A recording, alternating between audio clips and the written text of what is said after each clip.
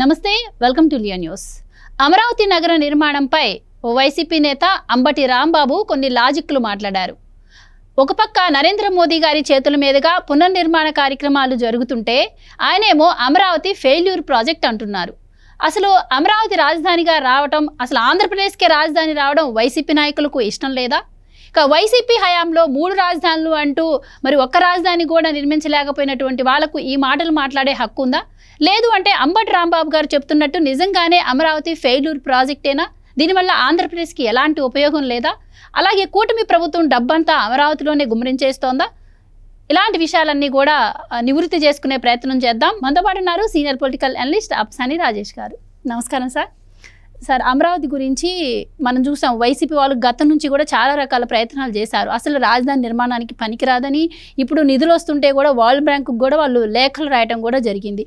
So ఈరోజు మళ్ళీ పునర్నిర్మాణ కార్యక్రమాలకు శంకుస్థాపన జరుగుతున్న టైంలో మళ్ళీ వీడియోస్ కొని రిలీజ్ చేయడం కావచ్చు, వాళ్ళ సొంత పత్రికా ప్రకటనలో కావచ్చు, అమరావతి ఒక ఫెయిల్యూర్ ప్రాజెక్ట్ అది అనడంతో పాటు అసలు డబ్బంతా అక్కడే గుమ్మరిచ్చేస్తున్నారు అని చెప్పి, ఇప్పటివరకేమో దానివల్ల మిగతా ప్రాంతాలు ఏవైతే ఉన్నాయో వాటికి అన్యాయం జరుగుతుంది అని ప్రచారం చేశారు. సో ఇప్పుడు రాష్ట్రం అంతా కూడా అభివృద్ధి జరుగుతున్న టైంలో అమరావతి మీదనే ఇప్పుడు వాళ్ళ ఫోకస్ అంతా కనిపిస్తోంది. సో నిజంగానే ఆయన అంటున్నట్టు అమరావతి ఒక ఫెయిల్యూర్ ప్రాజెక్టేనా? దానివల్ల ఆంధ్రప్రదేశ్కి ఎలాంటి ఉపయోగం ఉండదంటారా? అంబటి రాంబాబు గారు మా జిల్లా వాసి. వాస్తవంగా నేను ఎప్పుడూ 1989లో గుంటూరు జేకేఎస్ కాలేజీలో డిగ్రీ ఫైనల్ ఇయర్లో ఉన్న రోజుల్లోనే ఆయన మొట్టమొదటిసారిగా శాసనసభ్యుడిగా ఎన్నికయ్యాడు. యంగ్స్టరు, మంచి ఉన్నత విద్యావంతుడు, లా చదువుకున్నాడు. ఆయన మంచి వాగ్దాటి కలిగిన నాయకుడు, కొంచెం విచక్షణతో రాజకీయం చేస్తాడు అని ఆ రోజుల్లో పేరుండేది.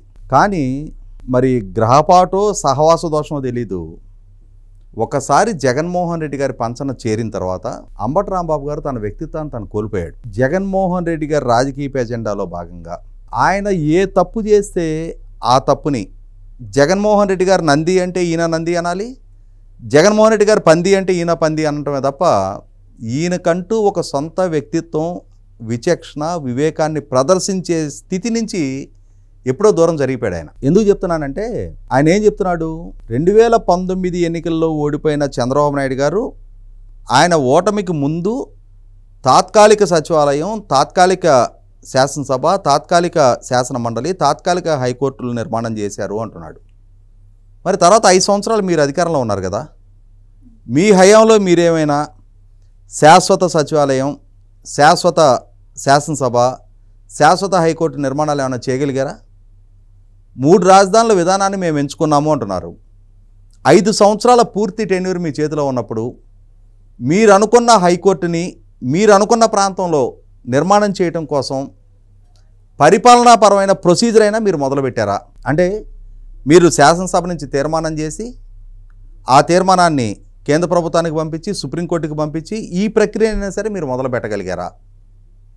అంటే ఏ విధానాన్ని అనుసరించాలి అని చెప్పని మీరు ఎంచుకున్నారో ఆ విధానాన్ని అనుసరించే చిత్తశుద్ధి కూడా మీరు ప్రదర్శించాల.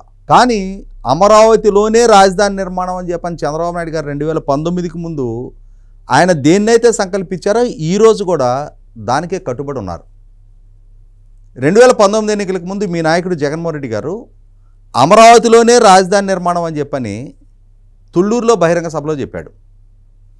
అసెంబ్లీలో జరిగిన తీర్మానంలో మీ నాయకుడు, మీ పార్టీ అమరావతిలో రాజధాని నిర్ణయానికి మద్దతు తెలిపారు. మాట తప్పని మడమ తిప్పని అని చెప్పని ఎలివేషన్ ఇచ్చుకున్న మీ నాయకుడు, మీ పార్టీ మీరు అధికారంలోకి వచ్చిన తర్వాత మీ మాట మీరు తప్పారు, మీ అభిప్రాయాన్ని మీరు మార్చుకున్నారు. మీరు అంటున్నారు కదా, దేశంలో ఏర్పాటైన ఏ రాష్ట్రంలోనైనా సరే రాజధాని నిర్మాణం జరిగిందా,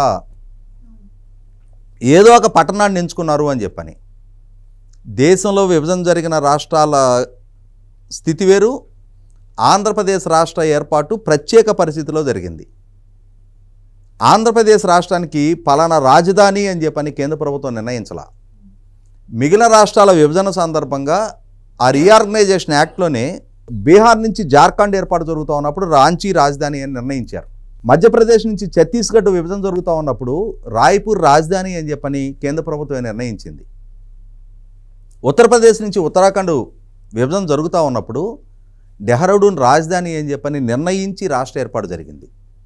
కానీ ఆంధ్రప్రదేశ్ రాష్ట్ర విభజన జరిగిన నాడు ఆంధ్రప్రదేశ్కి ఏది రాజధాని అని చెప్పని నిర్ణయించాల.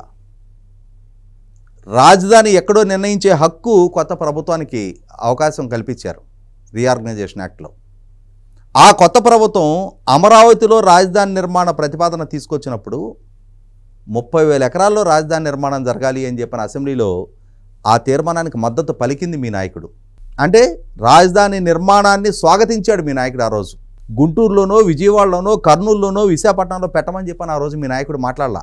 అంటే ఏ రోటి దగ్గర ఆ పాట పాడింది మీరు, మీ పార్టీ, మీ నాయకుడు. ప్రభుత్వం ఆనాటి నుంచి ఈనాటికి చంద్రబాబు నాయుడు గారి నాయకత్వంలో ఉన్న పార్టీ ప్రభుత్వం వాళ్ళు స్థిరమైన అభిప్రాయంతో ఉన్నారు. మీరేం చెప్తున్నారు? నగర నిర్మాణం అవసరమా అంటున్నారు. నగర నిర్మాణం అవసరమే. ఇవాళ మన ఇరుగు పొరుగునున్న అభివృద్ధి చెందిన రాష్ట్రాలు తెలంగాణ అయినా, తమిళనాడు అయినా, కర్ణాటక అయినా, ముఖ్యంగా తమిళనాడు రాష్ట్రంలో అక్కడున్న అర్బనైజేషన్, అక్కడ అభివృద్ధి చెందున్న నగరాలు, అక్కడున్న పారిశ్రామికీకరణ, అక్కడ దక్కుతున్న ఉపాధి, అక్కడ ప్రభుత్వానికి వస్తున్న ట్యాక్స్ రెవెన్యూస్ కళ్ళ ముందు స్పష్టమైన ఉదాహరణగా కనిపిస్తూ ఉన్న నేపథ్యంలో కర్ణాటక ఒక బెంగళూరు, తెలంగాణకు ఒక హైదరాబాదు, ఆ నగర నుంచి సృష్టింపబడుతున్న సంపద ఆ రాష్ట్ర బడ్జెట్లో వాళ్ళు ఇస్తున్న కంట్రిబ్యూషన్ చూసినాకైనా సరే ఆంధ్రప్రదేశ్ రాష్ట్రానికి కూడా అటువంటి ఒక సమగ్ర నగర నిర్మాణం ఉంటే తప్పేంటి? అంటే ఆ నగర నిర్మాణానికి 1,00,000 కోట్లు ఖర్చు పెడుతున్నారు. 1,00,000 కోట్లు అక్కడ ఎందుకు ఖర్చు పెట్టినా? ఆల్రెడీ డెవలప్ అయిన వాటిలో పెడితే అంత ఖర్చు అవ్వదు కదా అని చెప్పి ఆయన అంటున్నారు. ఆల్రెడీ డెవలప్ అయిన సిటీలు ఉన్నాయి. ఇంకొక నగరాన్ని రాష్ట్రానికి సెంట్రిక్గా ఇంకొక కొత్త నగర నిర్మాణం చేస్తే వచ్చే తప్పేంటి? ఇవాళ 1,00,000 కోట్ల రూపాయలు ప్రజల డబ్బు పెడుతున్నారు అంటున్నారు. ఏ ప్రజల డబ్బు పెడుతున్నారు? ప్రజల నుంచి రాష్ట్ర ప్రభుత్వం వసూలు చేస్తున్న పన్నుల్లో నుంచి ఆ నగర నిర్మాణాన్ని ఖర్చు పెడుతున్నారా? అమరావతి అనేది సెల్ఫ్ ఫైనాన్స్ సిటీ అని చెప్పని మొదటి నుంచి చెప్తున్నారు, ఈరోజు చెప్తున్నారు. భవిష్యత్తులో కూడా రేపటి రోజున అమరావతి నిర్మాణం కోసం చేసే అప్పుల్ని అమరావతి తీర్చుకుంటుంది. అంతేగాని రాష్ట్రంలో రాష్ట్ర ప్రజలు కట్టే పన్నుల నుంచి ₹1 కూడా అమరావతి నిర్మాణం కోసం వినియోగించరు. ఇది తెలిసుండి సత్యాలని వక్రీకరించి 2019కి ముందు ఏ అసత్య ప్రచారాలు చేశారో ఈరోజు అదే అసత్య ప్రచారాలు చేస్తున్నారు. రాష్ట్ర అభివృద్ధి పట్ల మీకు చిత్తశుద్ధి లేదు. ఇరిగేషన్ శాఖ మంత్రిగా కొనసాగిన మీరు రికార్డు చేసిన వీడియోలో పోలవరం ప్రాజెక్టు గురించి ప్రస్తావించారు. అసలు ఇరిగేషన్ రంగం గురించి, ప్రాజెక్టుల నిర్మాణం గురించి ప్రస్తావించే నైతికత మీ పాలకుడికి కానీ, ఆ పాలకులలో భాగస్వాములైన మీకు కానీ ఉందా? మీ పాలనా హయాంలో ఇరిగేషన్ రంగానికి చేసిన ఖర్చు ఎంత 5 సంవత్సరాల కాలంలో? అంతకుముందు చంద్రబాబు నాయుడు గారి ప్రభుత్వ హయాంలో చేసిన ఖర్చు ఎంత? ఆనాడు ప్రాజెక్టుల నిర్మాణంలో సాధించిన పురోగతి ఎంత? మీ పాలనా హయాంలో ప్రాజెక్టుల స్థితిగతులు ఏంటి? ఏ అంశంలో మీరు పురోగతి సాధించారు కాబట్టి మీకు ఇవాళ ప్రజల ముందుకు వచ్చి మాట్లాడే హక్కు ఉంది. మొన్నటి ఎన్నికల్లో 5 సంవత్సరాలు మీ పాలన చూసిన తర్వాత ప్రజలిచ్చిన తీర్పు ఏంటనేది కళ్ళ ముందు స్పష్టంగా కనిపిస్తూ ఉన్నా కూడా ఇంకా ప్రజలిచ్చిన తీర్పు పట్ల కనీస మాత్రపు రియలైజేషన్ లేకుండా, ఏ తప్పులు చేస్తే, ఏ తప్పుడు విధానాలను అవలంబిస్తే ప్రజల నుంచి ఇటువంటి తిరస్కారానికి గురయ్యామని చెప్పిన కనీస మాత్రపు పశ్చాత్తాపం లేకుండా మిమ్మల్ని మీరు మీ విధానాలని పునఃసమీక్ష చేసుకునే ప్రయత్నమే చేయకుండా ఇంకా మీ రాజకీయ విధానాలు చాలా గొప్ప, మీరు చాలా అభివృద్ధి కాముకులు, చంద్రబాబు నాయుడు గారు అమరావతి లాంటి ఒక వైట్ ఎలిఫెంట్ని పోషిస్తున్నారు అంటున్నారు. ఒకనాడు సైబరాబాద్ నిర్మాణం చేసిన రోజున, ఆ రోజున మీ మాజీ నాయకుడు అంటే ప్రస్తుత జగన్మోహన్ రెడ్డి గారి నాయనగారు రాజశేఖర రెడ్డి గారు కంప్యూటర్ల కూడి పెడతాయా అన్నారు. అదే కంప్యూటర్ల ద్వారా సృష్టిస్తున్న సంపద నేపథ్యంలో నాడు చంద్రబాబు నాయుడు గారి ప్రభుత్వ హయాంలో ఆ రోజు సైబరాబాద్ నిర్మాణం జరిగిన తర్వాత, ఆ రోజు చంద్రబాబు నాయుడు గారి పాలనా హయాంలో రహేజా మైండ్ స్పేస్కి 26% వాటా రాష్ట్ర ప్రభుత్వానికి కేటాయించుతూ ఒప్పందం చేసుకుంటే, మీరు రాజశేఖర రెడ్డి గారి ప్రభుత్వ హయాంలో ఏపీఏఎస్సీ చైర్మన్గా ఉండి ఆ రోజు మీ హయాంలో ఆ 26% వాటాని 6%కి కుదింపజేసుకుంది మీ నిర్వాకం. అలాగే 540 ఎకరాలతోటి ఎంఆర్ సంస్థతోటి ఒప్పందం చేసుకొని గోల్ఫ్ కోర్సు నిర్మాణం కోసం ఒప్పందం చేసుకుంటే అందులో కూడా రాష్ట్ర ప్రభుత్వానికి 26% చంద్రబాబు నాయుడు గారి ప్రభుత్వం ఒప్పందంలో ఖరారు చేసుకుంటే దాన్ని కూడా 6%కి కుదింపజేసుకున్న రోజుల్లో మీరే ఏపీఐసి చైర్మన్. చివరికి అంతిమంగా జరిగిందేంటి? ఎంఆర్ సంస్థ నుంచి జగన్మోహన్ రెడ్డి సంస్థలకు పెట్టుబడులు వచ్చాయి, రహేజా నుంచి జగన్మోహన్ రెడ్డి సంస్థలకు పెట్టుబడులు వచ్చాయి. దాని పర్యవసానం ఇవాళ సిబిఐ కేసుల్లో ఇన్వాల్వ్ అయ్యి వాళ్ళ ఎంఆర్ ప్రాపర్టీసు దాంట్లో పెట్టుబడి పెట్టిన ఫ్లాట్ ఓనర్లందరూ డెడ్ ఇన్వెస్ట్మెంట్గా మారిపోయి ఉన్నారు. ఆనాటి నుంచి ఈనాటికి ఆనాడు నాయన ఇవాళ కొడుకు వీళ్ళ అవినీతిలో భాగస్వాములుగా వ్యవహరించింది మీరు. వాళ్ళు తప్పుల మీద తప్పులు చేస్తుంటే, ఈ రాష్ట్రాన్ని బలిపేటం ఎక్కిస్తుంటే, పారిశ్రామికవేత్తలందరినీ జైలుకి పంపిస్తుంటే, ఆ రోజు నాయన్ని నమ్ముకొని ఐఏఎస్లు జైలు పాలయ్యారు, ఇలా కొడుకుని నమ్ముకొని ఐపీఎస్లు జైలుకి పాలయ్యారు. ఆనాడు ఏపీఐసి చైర్మన్గా ఇవాళ మంత్రిగా ఆ ప్రభుత్వంలో భాగస్వామిగా మీరున్నారు. ఈ చరిత్ర ఏది ప్రజలకు తెలియదు, ఈ వాస్తవాలు ఏవి ప్రజలు చర్చించుకోరు.